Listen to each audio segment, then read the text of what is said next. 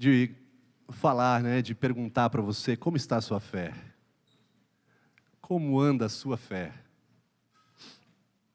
Tem uma parábola que fala sobre um juiz iníquo, em Lucas 18, e fala sobre uma mulher que tinha uma causa, que ela batia a porta desse juiz, e o juiz não dava importância, não dava ouvidos para ela, e pela insistência dessa mulher, por ela bater na porta, como nós cantamos, ela batia a porta, esse juiz atendeu ela, esse juiz abriu a porta e recebeu ela e resolveu a situação dela. E aí no final dessa parábola, Jesus ele traz o entendimento, e ele diz assim: porventura o Senhor não fará justiça aos seus escolhidos, que a Ele clamam dia e noite? É certo que fará. Todavia, quando o Filho do Homem retornar, encontrará fé na terra?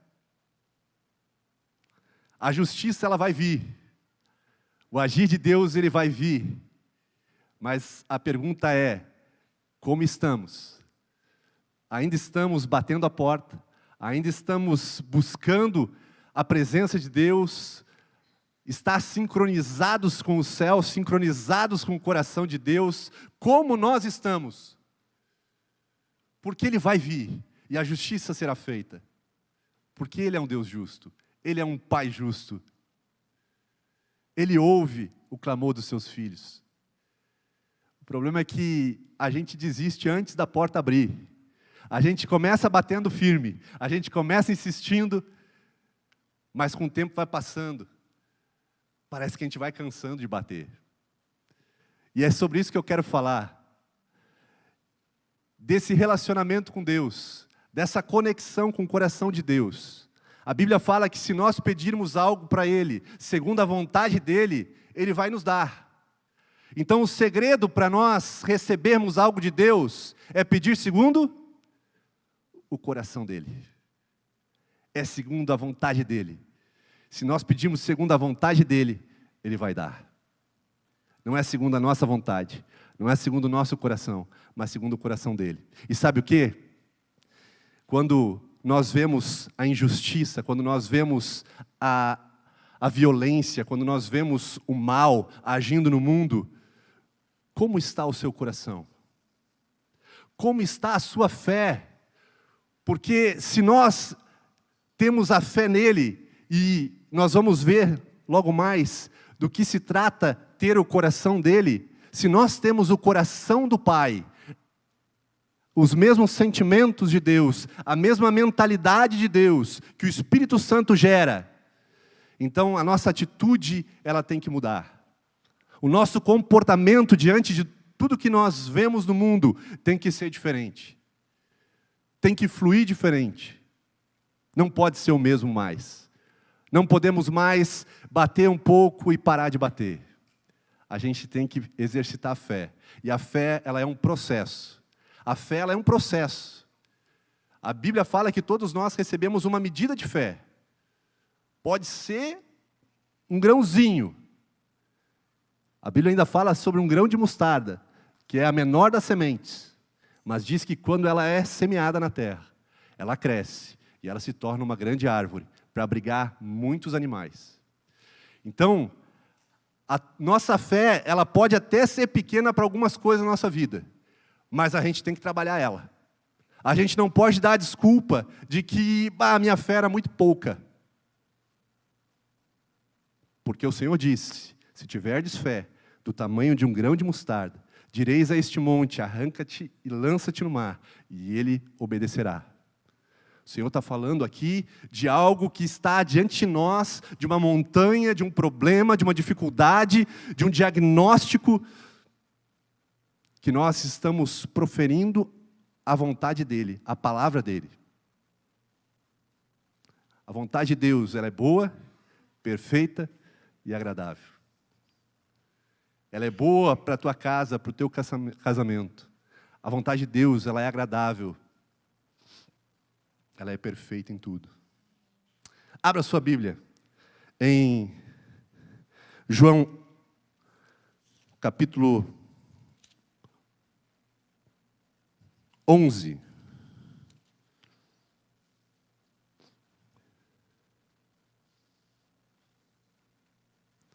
João capítulo 11.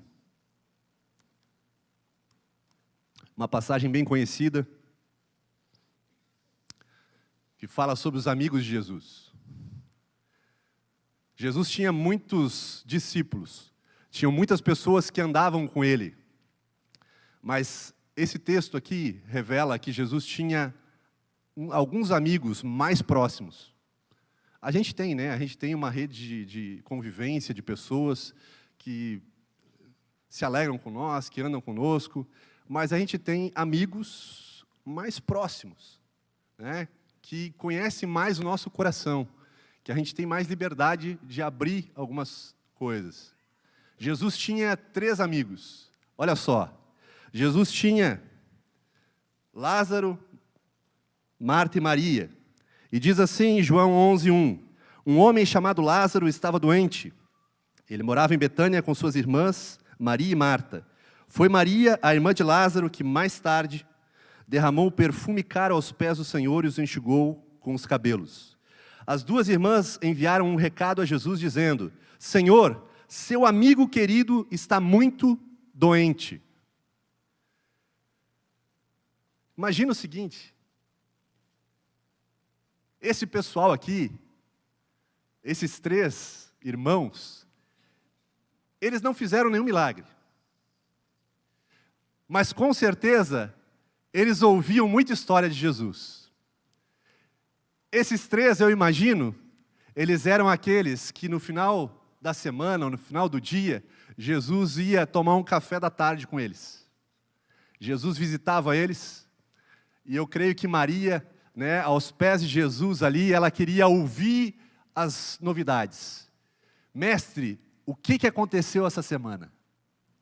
O que o Senhor fez? Quantos milagres aconteceram? E aí eu imagino Jesus contando os milagres, falando para Maria: Maria, você nem sabe, eu atravessei o mar, eu cheguei em Gadara, e lá tinha um possesso com muitos espíritos imundos. E ali naquela cidade o pessoal era totalmente incrédulo. Eles não aceitavam a palavra, eles não aceitavam nada. E naquele momento, aquele endemoniado, ele se aproximou e ele foi liberto. E os espíritos que estavam nele foram todos para os porcos. Eu mandei eles todos para os porcos e os porcos morreram. Mais de 1000 porcos. E aí eu imagino Maria ouvindo esse relato e Maria impressionada. Uau! Aconteceu isso e foi desse jeito. Uau! E Maria impressionada e dizendo assim: mas eu não vi isso no jornal de Gadara. Aconteceu. E assim Jesus deve ter contado tantas coisas. E aqueles irmãos ali, ouvindo os milagres, ouvindo os relatos de Jesus. Mas agora, chega um ponto em que o amigão de Jesus, o Lázaro, ficou doente. Ele estava mal. E eu imagino que Lázaro, ele deveria ser o cabeça da casa ali. Ele deveria ser o homem que estava à frente dos negócios. E aqui quem tem muita responsabilidade, talvez que carregue muita responsabilidade nas costas, sabe que não tem direito de ficar doente. Não pode ficar doente. Se eu ficar doente, a máquina para. Se eu ficar doente, fica ruim. Não tem outro jeito. E eu imagino que Lázaro deve ter se esforçado até o último para não demonstrar que estava mal. Lázaro, eu acho que era aquele cara que nenhuma gripezinha derrubava ele. Ele não ficava na cama por qualquer coisa. Mas ele começou a ficar ruim. Ele começou a tossir. Ele começou a ter calafrio. Ele começou a pressão a cair. E daqui a pouco ele começou a tossir sangue. E o troço ficou sério. E as irmãs perceberam aquilo ali e mandaram um correio para Jesus. Mandaram um recado para Jesus agora. Mestre, o teu amigo está doente. Não é qualquer coisa, ele está mal. E olha só a sequência do texto, o que diz. Verso 4. Quando Jesus ouviu isso, disse: a doença de Lázaro não acabará em morte. Ela aconteceu para a glória de Deus, para que o Filho de Deus receba a glória por meio dela. Jesus amava Marta, Maria e Lázaro. Ouvindo, portanto, que Lázaro estava doente, ficou mais 2 dias onde estava. Cara, eu não sei você, mas eu já briguei com Deus muitas vezes. Porque Ele não responde na hora que eu quero. Ele não dá a solução quando eu preciso, ou quando eu gostaria que desse. E aqui, ele foi chamado porque o cara estava mal, porque o amigão estava mal. E diz que, ao receber o bilhetinho, ele estava pregando, na minha cabeça, ele olhou o bilhetinho e guardou no bolso. E continuou. Ficou mais 2 dias fazendo o que estava fazendo. Aí, depois que passou o tempo, aí agora então é hora. E aí segue o texto e diz o seguinte: os discípulos, verso 8, se opuseram dizendo: Rabi, apenas alguns dias atrás o povo da Judéia tentou apedrejá-lo, ainda assim o Senhor vai voltar para lá? Jesus respondeu: há 12 horas de claridade todos os dias, durante o dia as pessoas podem andar com segurança, conseguem enxergar, pois tem a luz deste mundo. À noite, porém, corre o risco de tropeçar, pois não há luz. E acrescentou: nosso amigo Lázaro adormeceu, mas agora vou despertá-lo. Os discípulos disseram: Senhor, se ele dorme, é porque logo vai melhorar. Pensaram que Jesus falava apenas do repouso do sono, mas ele se referia à morte de Lázaro. Então ele disse claramente para os discípulos: Lázaro está morto. E por causa de vocês, eu me alegro por não ter estado lá, pois agora vocês vão crer de fato. Venha e vamos até ele. O amigo dele morreu e ele se alegra. O amigo de Jesus morreu e ele se alegra de não estar lá. Você consegue entender isso? Na nossa cabeça é difícil, porque muitas vezes estamos passando por crises financeiras, crises no casamento, crise em negócios. Estamos esperando uma porta aberta, um contrato assinado, estamos esperando uma solução de Deus. E o tempo passa e nada acontece. E agora, Jesus diz que está alegre por não estar lá.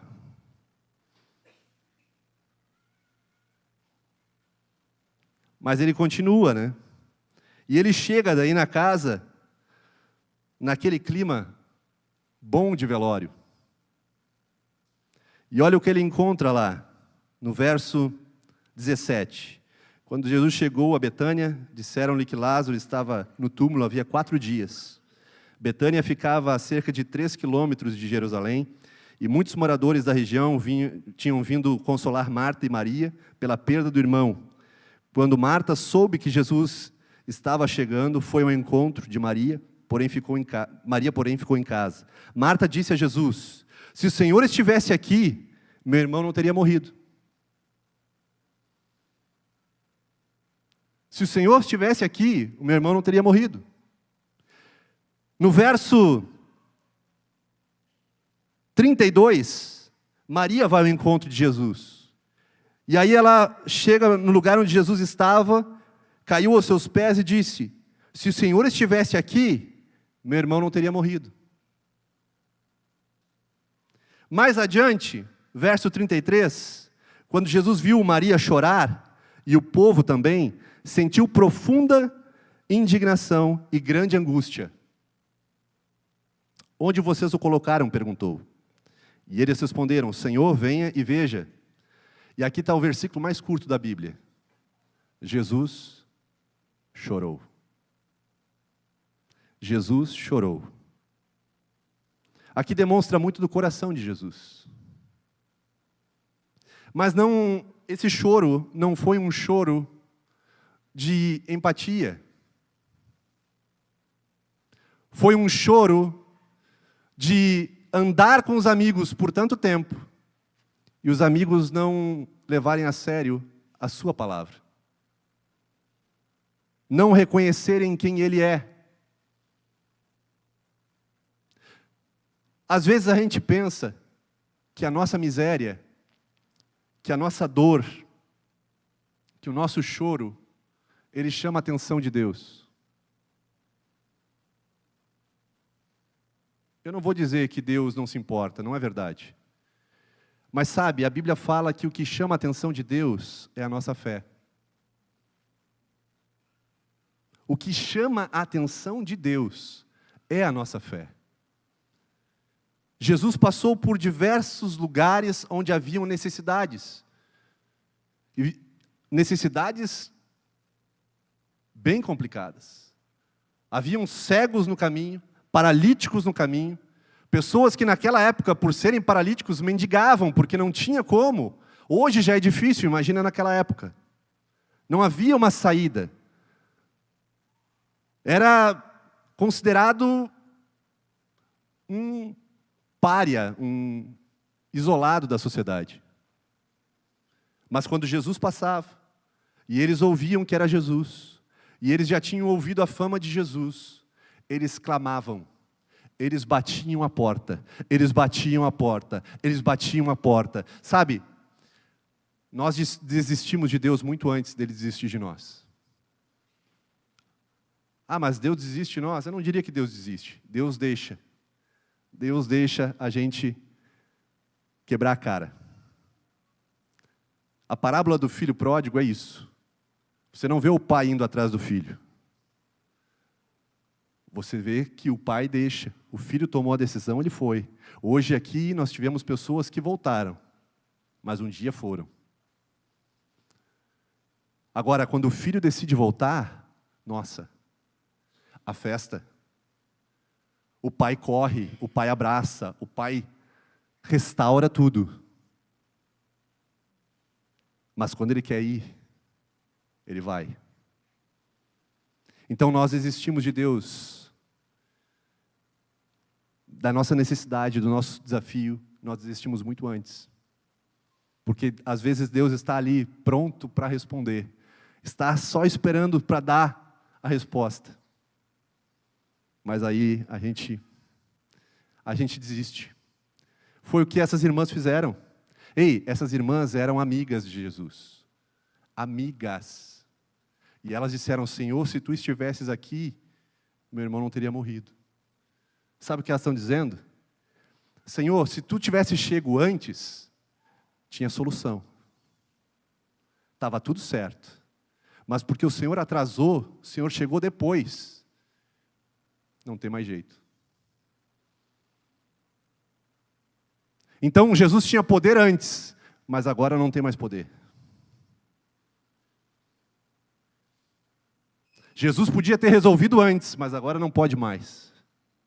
É isso que ela estava dizendo para Jesus. Jesus, tu se atrasou. A culpa é tua. O meu problema, a minha dificuldade, é porque tu não me respondeu. Tu não deu bola para o meu bilhete, para a minha mensagem, para a minha oração, para o meu jejum, para o meu clamor. Tu não me respondeu. E agora está nessa situação. Deixa eu te dizer, nada é impossível para Jesus. Ele pode fazer agora. Ele não se atrasou.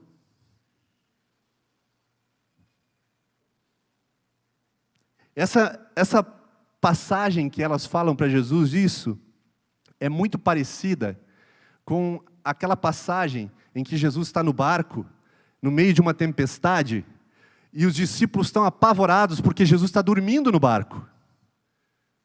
E aí eles vão lá despertar Jesus e dizem, mestre, nós estamos morrendo aqui, tu não te importa que a gente pereça? E aí Jesus desperta, repreende o vento, o mar se acalma, E ele chama a atenção deles. Homens de pequena fé. Por que duvidastes?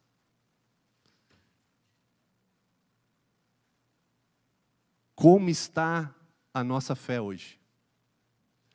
O nosso coração está alinhado ao coração de Jesus? Aquilo que incomoda Jesus te incomoda? Aquilo que indigna Jesus te indigna? Jesus chorou. Tem 2 textos que falam que Jesus chorou. Pelo menos que estão registrados. Com certeza Jesus chorou muito mais. Mas 2 que registram. Esse, e quando ele vai entrar em Jerusalém, cumprindo a promessa de Isaías, quando ele está sentado num jumentinho, e ele está entrando e o povo está em festa, né? O rei está chegando, né? Estão ali celebrando a entrada de Jesus na cidade, o cumprimento da profecia. E aí Jesus vai se aproximando da cidade, diz que ele olha a cidade e ele chora. Porque ele diz assim: quisera que você soubesse o que está para acontecer. Que você reconhecesse o que está para acontecer, que você cresce.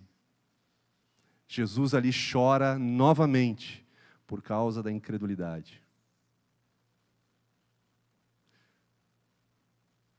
Diante das tuas circunstâncias de vida, Jesus está chorando? Ou está se alegrando porque é uma oportunidade de ser glorificado? Diante dos teus desafios, diante de um exame, diante de uma situação difícil na empresa, Jesus está chorando porque você deixou de crer, deixou de confiar. Ou Jesus está se alegrando porque quando Ele chegar, uau! Vai haver glória para Ele. Será um grande testemunho. Será uma mudança. Sabe, tem um homem que a Bíblia chama de pai da fé. Chama Abraão. Abraão é pai da fé. Por quê? Porque ele recebeu uma promessa de Deus de ser uma bênção para todas as nações da terra. Que dele partiria a descendência, né, de um povo escolhido para revelar o único Deus verdadeiro. Abra sua Bíblia em Gênesis 17.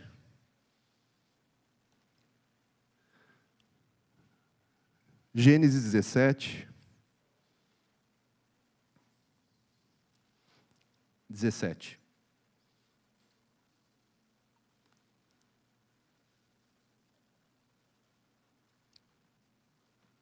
Gênesis 17, 17. Esse capítulo é o capítulo que Deus chama Abraão e diz para ele: Abraão, eu vou te dar descendentes, eu vou te abençoar. E Abraão era um jovem de 99 anos para ter filho. E não me vem com essa história que naquela época era diferente. Era 99 anos. Era complicado. Tem alguém que tem 99 anos? Não, deixa quieto. Ele tinha 99 anos. E Deus disse: vai nascer um filho de ti. Pai da fé. Promessa. Aí ele recebe essa palavra de Deus. Verso 17. Abraão se prostrou com o rosto no chão e riu.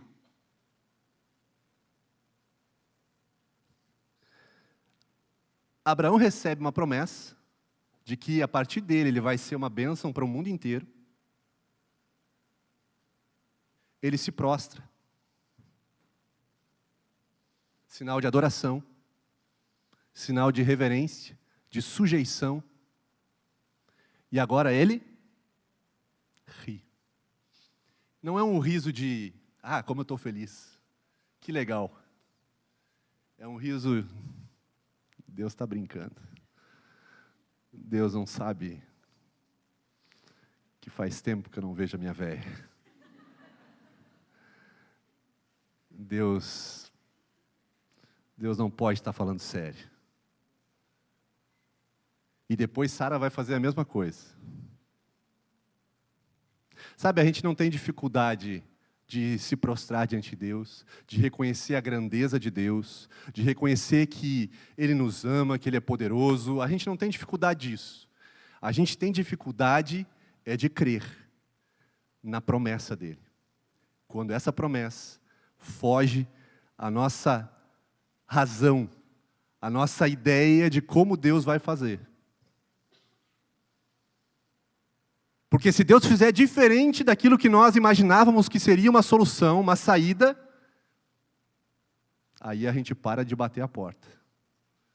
Aí a gente pensa, Deus não me ama. Deus não se importa com os meus problemas. Deus não quer saber de mim. E a gente pode estar prostrado, como Abraão. A gente pode estar ali, reconhecendo quem Ele é, mas rindo por dentro. Sabe, não adianta o homem estar prostrado quando o coração está em pé, quando o orgulho está em pé, quando a soberba está em pé. Deus vê o nosso interior, Deus vê o nosso coração. Você pode estar prostrado, mas se o teu coração não se rendeu, não adianta. Você pode vir aqui, erguer suas mãos, você pode vir aqui e fazer todo o rito, toda a liturgia religiosa, você pode fazer tudo, mas se o teu coração, de fato, não se render e não crer, e não continuar batendo a porta, batendo a porta, batendo a porta. O Senhor mandou bater a porta. Batei, batei e abri-se-vos-á.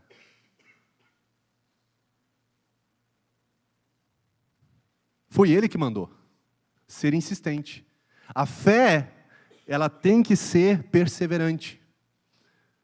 Não adianta você começar em fé e ir enfraquecendo.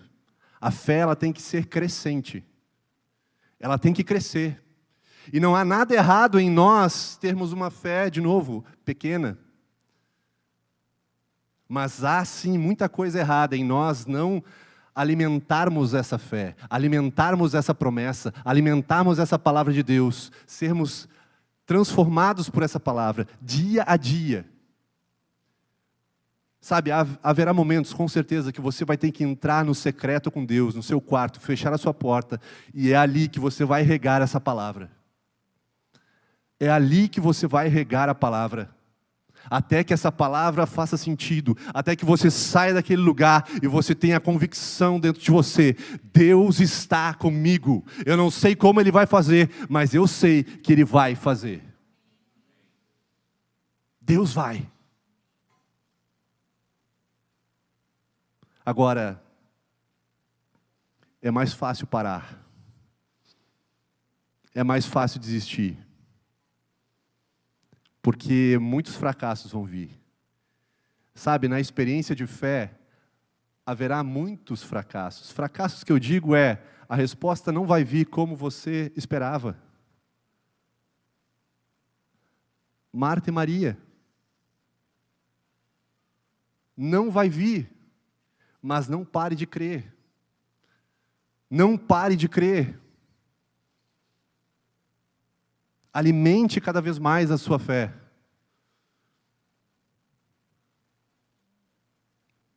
Essa fé vai crescer. Amém? Um último texto, que é as últimas orações de Jesus, está lá em João 17, São João 17, a oração que Jesus faz quando estava já se preparando para a sua morte.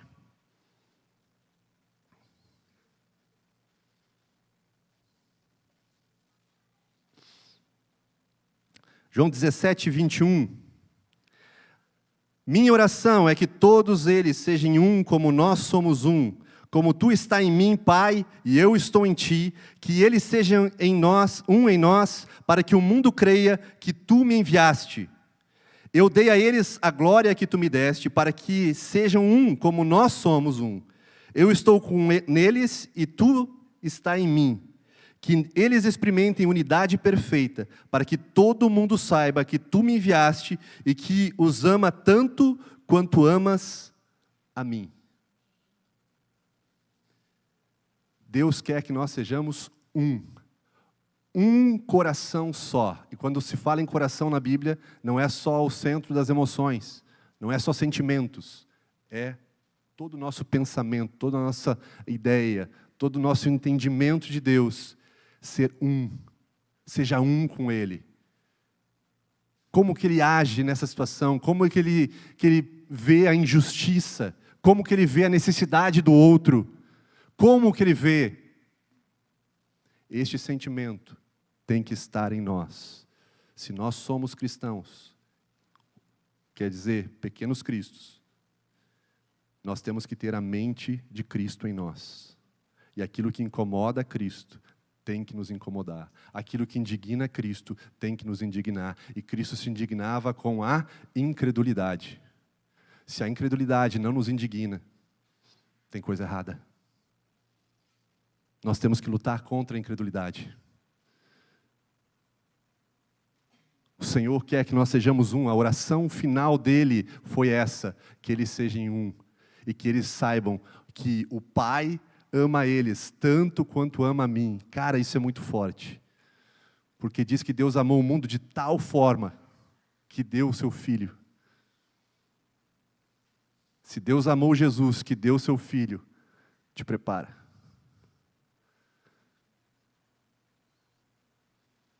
Te prepara. Quando Abraão entendeu isso, quando Abraão entendeu que ele precisava ter um coração com o Senhor, olha só como Deus faz. No capítulo 17 de Gênesis que nós lemos, Abraão riu. No capítulo 18, o Senhor se apresenta a Abraão para destruir Sodoma e Gomorra.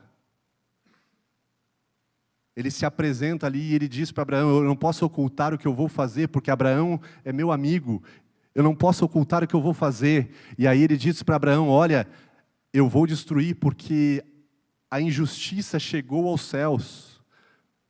Há um clamor de injustiça que chegou aos céus, e eu vou lá ver se isso é real.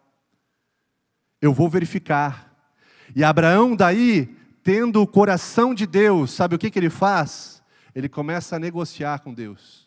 Ele diz, Senhor, se houver 50 justos naquela cidade, o Senhor vai destruir a cidade? Não, por amor aos 50 justos eu não vou destruir. Mas e se tiver 45? Não, por amor aos 45 não. E se tiver 40? E se tiver 30? E ele chega em 10. Senhor, se tiver 10 justos na cidade, o Senhor vai destruir a cidade? Não, por amor aos 10 justos, não vou destruir a cidade. Eu creio que se Abraão tivesse continuado ali, talvez o Senhor tinha poupado. Mas Abraão intercedeu por aquela cidade. Quando nós reconhecemos o amor de Deus por nós, nós somos capazes também de amar o próximo. Quando nós reconhecemos o cuidado, a justiça de Deus conosco, a gente consegue também demonstrar compaixão pelo outro. O problema é que quando a gente começa a andar em incredulidade, a gente não quer saber mais do outro, a gente só se preocupa com o nosso problema, com a nossa dificuldade. E aí o outro que se vire, se Deus não está respondendo a mim, aqui que eu vou me preocupar com o outro. Vamos ficar de pé. Nessa noite,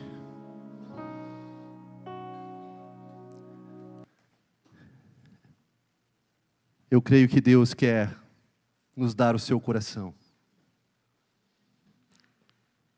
Termos um coração ligado ao dele.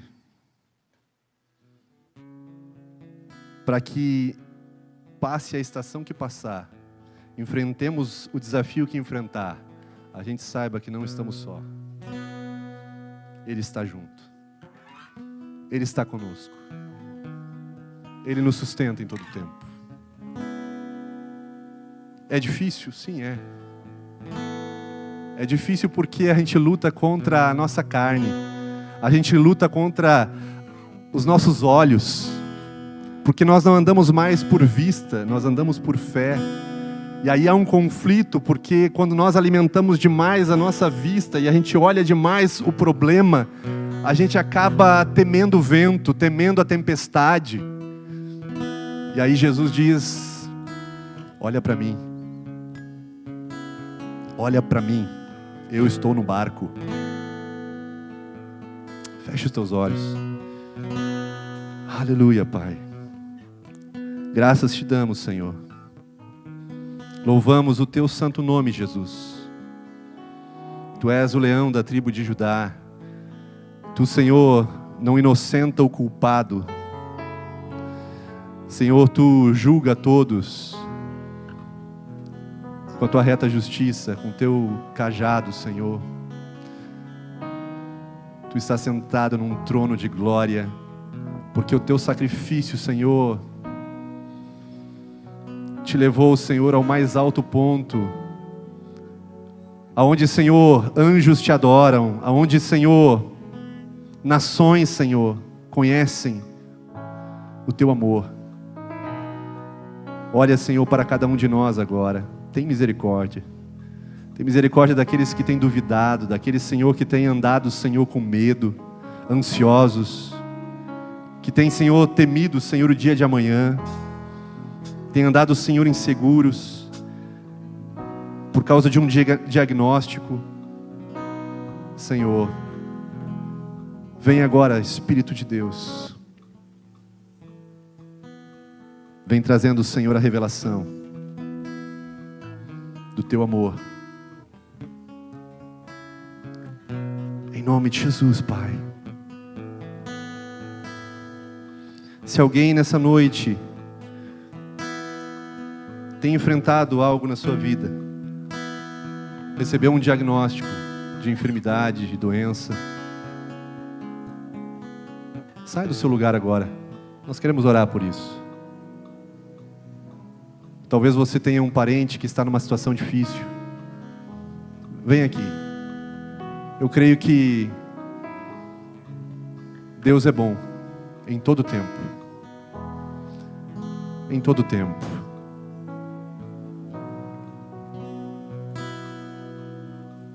Sai do seu lugar. A presença de Deus está aqui nessa noite para curar.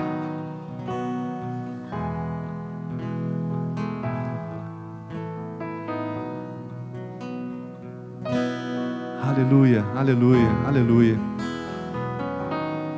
Os irmãos que oram, aí no seu lugar, comece a adorar a Deus, comece a glorificar o nome do Senhor. Aleluia, Deus é bom demais. Ele não despreza um coração contrito e quebrantado. Se você que chegou aqui, e como eu disse antes, você está entregando a sua vida, se você quiser passar aqui, para nós estarmos orando por você, abençoando sua vida, saia do seu lugar também. Será um prazer orar pela tua vida. Aleluia, aleluia.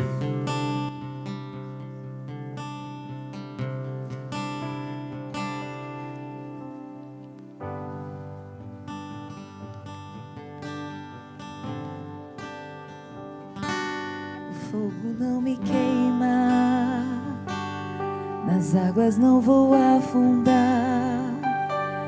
pois estás comigo, não estou sozinho, eu estou guardado no esconderijo, não estou sozinho, tu estás comigo. Temer porque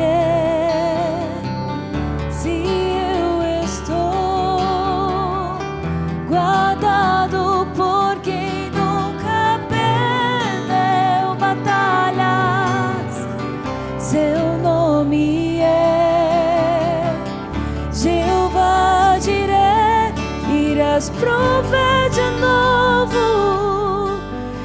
Eu creio em ti.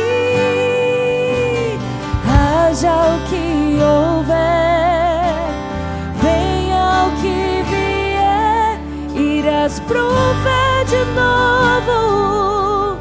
Eu creio em ti.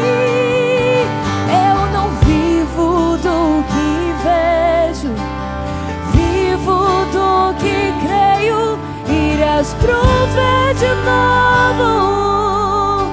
Eu creio em ti.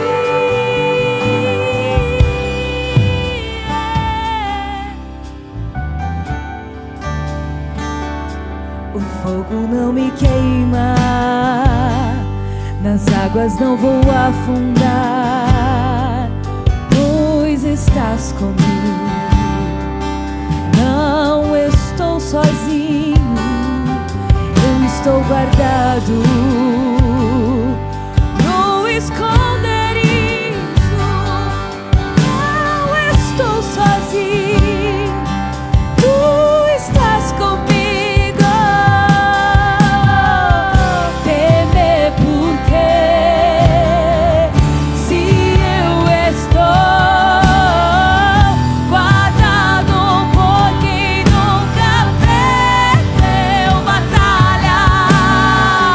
Seu nome é Jeová-Jireh, irás prover de novo. Eu creio em ti.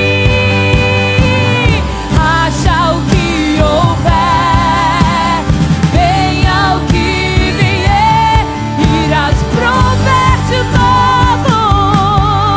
Eu creio em ti. Eu não vivo do que vejo, vivo do que creio, irás prover de novo. Eu creio em ti. Haja o que houver, venha o que vier, irás prover de novo. Eu creio em ti. Eu não vivo do que vejo, vivo do que creio, irás prover de novo. Eu creio em ti. Sim, eu creio em ti. Sim, eu creio. A tempestade